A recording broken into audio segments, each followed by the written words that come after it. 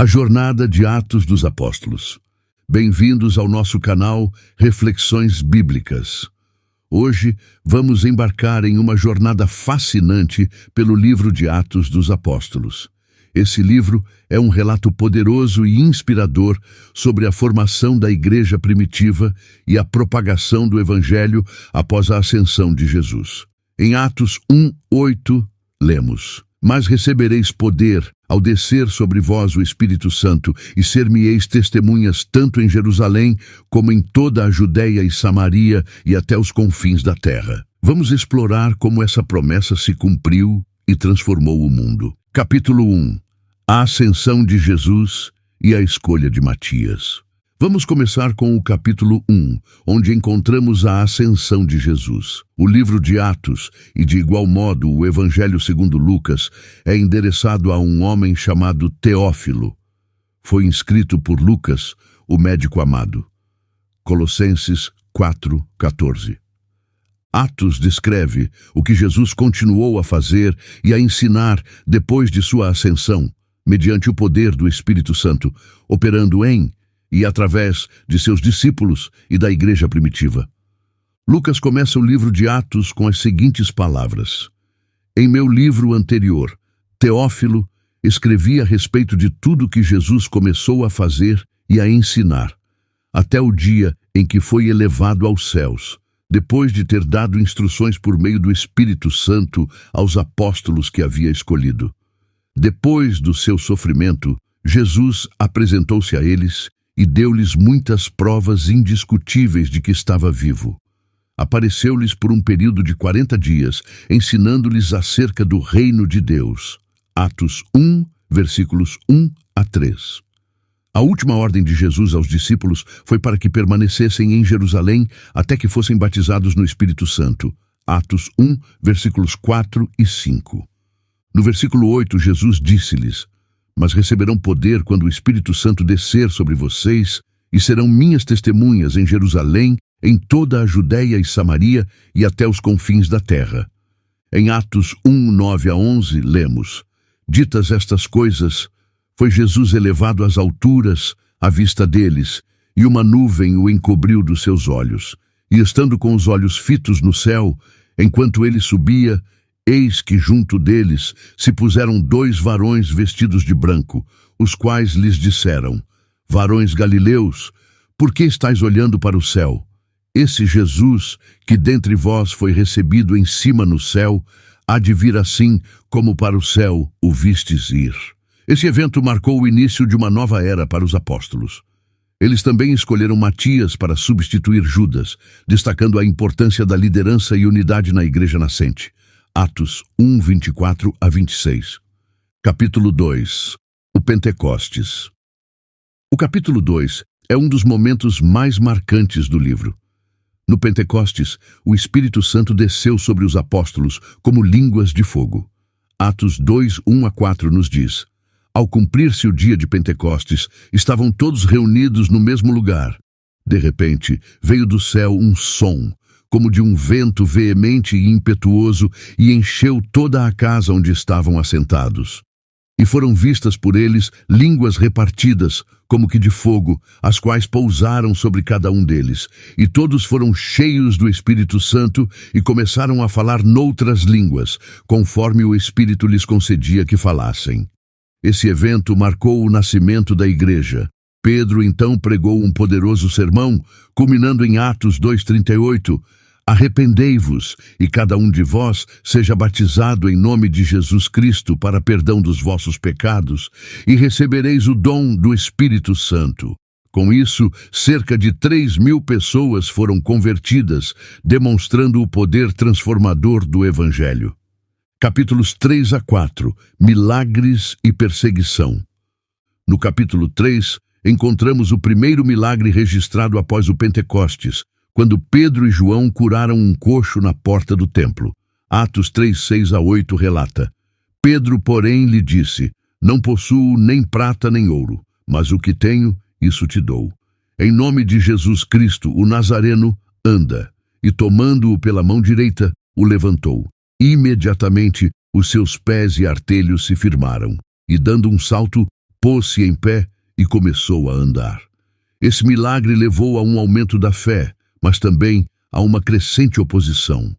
Em Atos 4:12, Pedro declara corajosamente: "E não há salvação em nenhum outro, porque abaixo do céu não existe nenhum outro nome dado entre os homens, pelo qual importa que sejamos salvos." Apesar da oposição e prisão, os apóstolos continuaram a pregar com ousadia. Atos 4:18-21. Capítulo 5. Ananias e Safira. O capítulo 5 traz uma lição poderosa sobre a integridade na comunidade cristã. Ananias e Safira tentaram enganar o Espírito Santo sobre o valor de uma propriedade vendida. Atos 5:3-5 relata: "Disse então Pedro: Ananias, por que encheu Satanás o teu coração para que mentisses ao Espírito Santo, reservando parte do valor do campo? Enquanto o conservavas, porventura não seria teu? E vendido, não estava em teu poder? Como é que formaste este desígnio em teu coração? Não mentiste aos homens, mas a Deus." Ouvindo estas palavras, Ananias caiu e expirou. Este evento trouxe grande temor à igreja, lembrando a todos da seriedade de viver uma vida honesta e íntegra diante de Deus. Os apóstolos continuaram a realizar muitos sinais e maravilhas, e a igreja continuou a crescer. Atos 5:12-16. Capítulo 6. A escolha dos 7 diáconos. No capítulo 6, vemos a igreja primitiva enfrentando um desafio organizacional.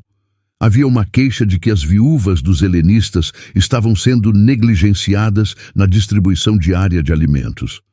Para resolver esse problema, os apóstolos decidiram escolher 7 homens cheios do Espírito Santo e de sabedoria para servir como diáconos.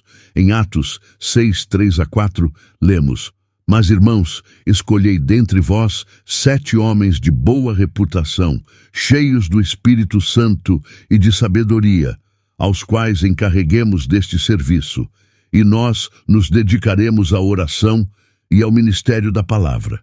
Estevão foi um dos escolhidos, e ele se destacou por sua fé e poder, realizando grandes sinais e prodígios entre o povo. Capítulo 7. O martírio de Estevão. No capítulo 7, encontramos Estevão, o primeiro mártir cristão. Ele foi levado ao Sinédrio e, cheio do Espírito Santo, fez uma defesa apaixonada da fé. Atos 7:55-56 descreve sua visão celestial. Mas ele, cheio do Espírito Santo, fitando os olhos no céu, viu a glória de Deus e Jesus, que estava à direita de Deus, e disse: "Eis que vejo os céus abertos e o Filho do Homem em pé à direita de Deus." Apesar de sua visão, Estevão foi apedrejado até a morte, orando por seus algozes até o fim. Seu martírio marcou o início de uma grande perseguição, mas também espalhou os cristãos para além de Jerusalém, levando o Evangelho a novas regiões. Capítulo 8. A dispersão e a pregação de Filipe. No capítulo 8, vemos a dispersão dos cristãos e a pregação do Evangelho por Filipe na Samaria. A perseguição não conseguiu deter o crescimento da igreja. Filipe realizou muitos milagres e batizou muitos novos crentes, incluindo Simão, o mago, e o eunuco etíope, que se tornou um seguidor fervoroso de Cristo após Filipe explicar as Escrituras para ele. Atos 8:26-39. Capítulo 9. A conversão de Saulo. No capítulo 9, testemunhamos um dos eventos mais transformadores do Novo Testamento, a conversão de Saulo de Tarso, o futuro apóstolo Paulo. Em Atos 9:3-6, lemos: "Seguindo ele estrada fora, ao aproximar-se de Damasco, subitamente uma luz do céu brilhou ao seu redor. E caindo por terra, ouviu uma voz que lhe dizia: Saulo, Saulo, por que me persegues? Ele perguntou: Quem és tu, Senhor? E a resposta foi: Eu sou Jesus, a quem tu persegues. Mas levanta-te e entra na cidade, onde te dirão o que te convém fazer. A conversão de Saulo foi um divisor de águas, pois ele se tornou um dos maiores missionários e teólogos da igreja primitiva. Capítulos 10-11. Pedro e Cornélio. O capítulo 10 narra a visão de Pedro e o encontro com Cornélio, um centurião romano. Pedro, inicialmente relutante, entendeu através de uma visão que Deus não faz acepção de pessoas. Em Atos 10, 34 a 35, Pedro declara: reconheço por verdade que Deus não faz acepção de pessoas. Pelo contrário, em qualquer nação, aquele que o teme e faz o que é justo lhe é aceitável. A inclusão dos gentios na igreja foi um marco significativo na expansão do evangelho. E Pedro batizou Cornélio e sua família, mostrando que a salvação é para todos. Capítulo 11. A igreja em Antioquia. O capítulo 11 nos fala sobre a igreja em Antioquia, que se tornou um centro importante para o cristianismo. Foi em Antioquia que os seguidores de Jesus foram chamados de cristãos pela primeira vez. Barnabé foi enviado para verificar o que estava acontecendo lá e, ao ver a graça de Deus, ficou alegre e encorajou todos a permanecerem fiéis ao Senhor com determinação. Atos 11, 24 nos diz: porque era homem de bem e cheio do Espírito Santo e de fé, e muita gente se uniu ao Senhor. Barnabé trouxe Paulo para ajudá-lo, e juntos eles ensinaram a muitos na igreja por um ano inteiro. Capítulo 12. A libertação de Pedro. No capítulo 12, encontramos a história milagrosa da libertação de Pedro da prisão. Herodes havia prendido Pedro com a intenção de executá-lo, mas a igreja orava fervorosamente por ele. Em Atos 12, 7 lemos: e eis que sobreveio um anjo do Senhor, e uma luz resplandeceu na prisão, e tocando ele o lado de Pedro, o despertou dizendo: levanta-te depressa, e caíram-lhe das mãos as cadeias. Este evento mostrou o poder da oração e a fidelidade de Deus em proteger seus servos. Capítulo 13. A primeira viagem missionária de Paulo.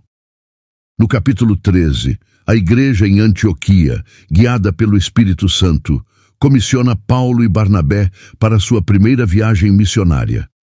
Atos 13, 2 a 3 descreve: enquanto eles ministravam ao Senhor e jejuavam, disse o Espírito Santo: separai-me agora, Barnabé e Saulo, para a obra a que os tenho chamado.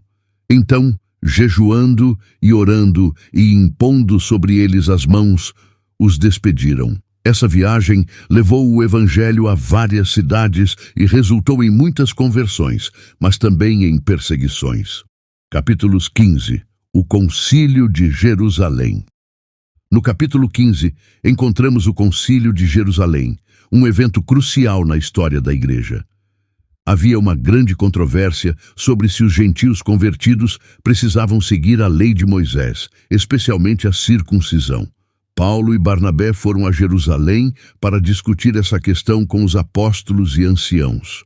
Após muita discussão, Pedro se levantou e disse em Atos 15, 10, 11: agora, pois, por que tentais a Deus, pondo sobre a cerviz dos discípulos um jugo que nem nossos pais nem nós pudemos suportar?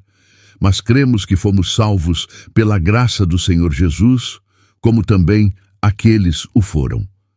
A decisão final foi que os gentios não precisavam seguir toda a lei de Moisés, mas deveriam abster-se de algumas práticas para não ofender os irmãos judeus. Capítulo 16. Paulo e Silas em Filipos. No capítulo 16, Paulo e Silas encontram Lídia, uma vendedora de púrpura em Filipos. Ela se converte ao ouvir a mensagem e oferece hospitalidade aos missionários. Atos 16, 14 a 15 relata: e uma certa mulher chamada Lídia, vendedora de púrpura da cidade de Tiatira, que servia a Deus, nos ouvia, e o Senhor lhe abriu o coração para que estivesse atenta ao que Paulo dizia. Depois que foi batizada, ela e a sua casa nos rogou, dizendo: se haveis julgado que eu seja fiel ao Senhor, entrai em minha casa e ficai ali. E nos constrangeu a isso. Mais tarde, Paulo e Silas foram presos, mas à meia-noite, enquanto cantavam hinos a Deus, houve um terremoto que abriu as portas da prisão. O carcereiro, desesperado, perguntou o que deveria fazer para ser salvo, e Paulo respondeu: crê no Senhor Jesus Cristo e serás salvo tu e a tua casa. Atos 16:31.